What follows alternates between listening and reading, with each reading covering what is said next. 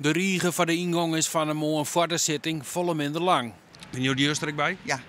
Nou bij Revision. Ja. Wat verwacht je ervan? Ik wacht het al. Ik heb geen idee. Nee. Nee. Vond je het juster? Heftig. Heftig. Ja, heel heftig. Het is heel indringend. Ja. Dat zal je hoort net oorzaken. Nee, het is vooral de taatspraken van de familie. Dat is hartverscheurend om te horen. Jood binnen Liekers-juster studenten van het Friesland College aanwezig. Het is wel een stukje emotionele waarde. Al ken je zeg maar de familie niet, maar het doet toch wat met je als je het hoort. Ja. En maakt dat een soort indruk op die klasgenoten? Ja, dat denk ik sowieso wel.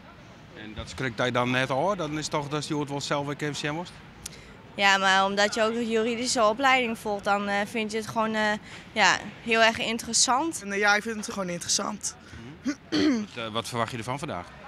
Nou, ik laat gewoon op me afkomen en ik zie wel hoe het gaat lopen. Ik hoop dat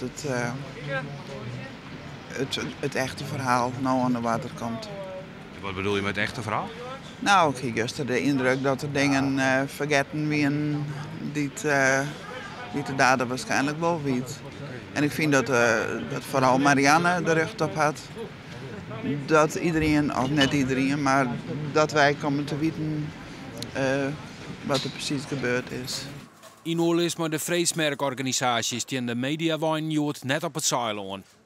De rechtszaak op zich is het gewoon triest.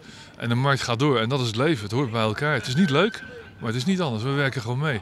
En als we iets zouden moeten inschikken, hadden we dat ook gedaan. Maar het was niet nodig. Nee. Het kon zo. Alle satellietwijns zijn al Willemskade, dus dat is een keer mooi. Ja, ze hadden zelfs aan de achterkant nog... We hebben een klein stukje ruimte nog vrijgehouden voor het geval van... Maar was niet nodig. We volgen het allemaal natuurlijk. Maar op de markt, ja, het publiek heeft het er wel een beetje over. Zo links en rechts. Maar in het geheel, het is een hele drukke markt. En dat verwatert hoor. Mensen zijn wat dat betreft wel hard hoor.